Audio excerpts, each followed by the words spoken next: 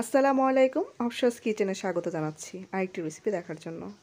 আজকে Maggi Thai soup দিয়ে খুব সুস্বাদু রেস্টুরেন্ট স্বাদে স্যুপ বানিয়ে দেখাবো।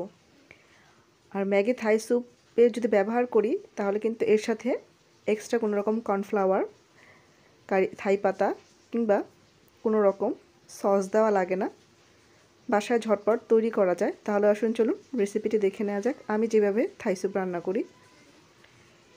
এখানে আমি ম্যাগি হেলদি থাই স্যুপ নিয়েছি 2 প্যাকেট। একটু কেচি দিয়ে মুখটা কেটে নিচ্ছি। এখন একটা বাটিতে আমি দিয়ে দিয়েছি পর্যাপ্ত পরিমাণ পানি। এখানে 1 প্যাকেট থাই স্যুপ রান্নার জন্য 2.5 কাপ পানি ব্যবহার করা হয়েছে। যেহেতু 2 প্যাকেট নিয়েছি আমি 5 কাপ পানি দিয়েছি। আর 1 প্যাকেট স্যুপ 2 জন পরিবেশন করা যায়। যেহেতু স্যুপটা একটু জাল হবে সেজন্য 2.5 কাপ পানি ব্যবহার করেছি। তো প্যাকেট 2টা খুব ভালোভাবে পানির সাথে মিশিয়ে নিচ্ছি যাতে কোনো রকম দলা পাকি না থাকে।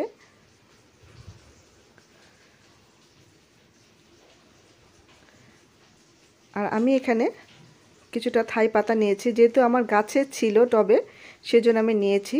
আপনাদের যদি না থাকে না দিলেও সমস্যা নেই, কারণ এই প্যাকেটের মধ্যে থাই পাতা ফ্লেভার দেওয়াই থাকে।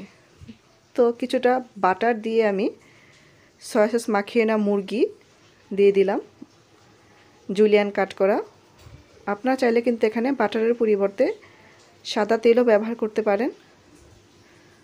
মুরগিটা একটু ভাজা হয়ে আসলে এর সাথে এখন আমি দিয়ে দিচ্ছি কিছুটা চিংড়ি মাছ ও মুরগি যদি এই স্যুপে ব্যবহার করা হয় এর টেস্টটা যেন আরও বেড়ে যায়।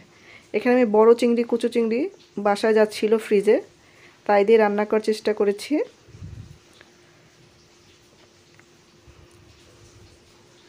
একটু ভেজে নেওয়ার পর খুব সুন্দর স্মেল আসছে। এখন আমি মিশিয়ে রাখা স্যুপটা দিয়ে দিচ্ছি। চুলার আঁচটা অবশ্যই এই পর্যায়ে বাড়িয়ে দিতে হবে এবং চুলার কাছ থেকে কিন্তু সরা যাবে না, কন্টিনিউয়াসলি নেড়ে যেতে হবে, তা না হলে কিন্তু নিচে লেগে যাওয়ার একটা সম্ভাবনা থাকে। দিয়ে দিলাম সামান্য পরিমাণ লবণ। থাই স্যুপে যেহেতু টেস্টিং সল্ট দেওয়া থাকে, লবণ না দিলেও সমস্যা নেই, তবে আমার কাছে মনে হয় লবণ না দিলে এর পারফেক্ট টেক্সটটা পাওয়া যায় না, সেজন্য আমি ব্যবহার করেছি। তো দেখুন আস্তে আস্তে স্যুপটার মধ্যেও কিন্তু বলক চলে এসেছে আর পানিটাও কিন্তু অনেকখানি টেনে নিয়েছে। স্যুপটা খুব ভালোভাবে জাল দিয়ে নিতে হবে, তা নাহলে কিন্তু স্যুপটা খেতে পানসে লাগবে। দেখতেই পাচ্ছেন অনেকখানি ঘন হয়ে এসেছে আর চিংড়ি মাছ মুরগিগুলো একদম সিদ্ধ হয়ে গেছে। এখানে কিন্তু আমি কোনো রকম স্টক ব্যবহার করিনি, সব ফ্লেভার কিন্তু ম্যাগি স্যুপে দেওয়াই থাকে। তো স্যুপটা হয়ে গেছে, নামানোর আগে থাই পাতাটা দিয়ে দিলাম। দেখতেই পাচ্ছেন অনেকটা ঘন হয়ে গেছে, আর ঠান্ডা হলে কিন্তু আরও বেশি ঘন হয়ে যাবে। আর স্যুপটা কিন্তু গরম গরম পরিবেশন করলে আরও বেশি ভালো লাগে। তো পরিবেশন পাত্রে ঢেলে দিচ্ছি। দেখতেই পাচ্ছেন কতটা ইয়াম্মি হয়েছে। আর এই স্যুপটা কিন্তু খেতে অসাধারণ লাগে, মনে হয় যেন এইমাত্র রেস্টুরেন্ট থেকে কিনে আনা হয়েছে। আর কষ্ট করে রেস্টুরেন্টে যেয়ে খেতে হবে না, ঘরে বসেই পরিপূর্ণ রেস্টুরেন্টের স্বাদে পেতে পারেন। আর সাথে যদি লেবু দেওয়া হয় তাহলে তো এর টেস্ট আরও দ্বিগুণ বেড়ে যায়।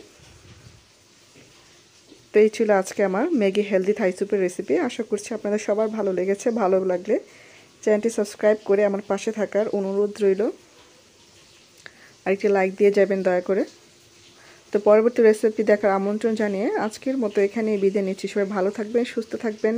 আল্লাহ হাফেজ।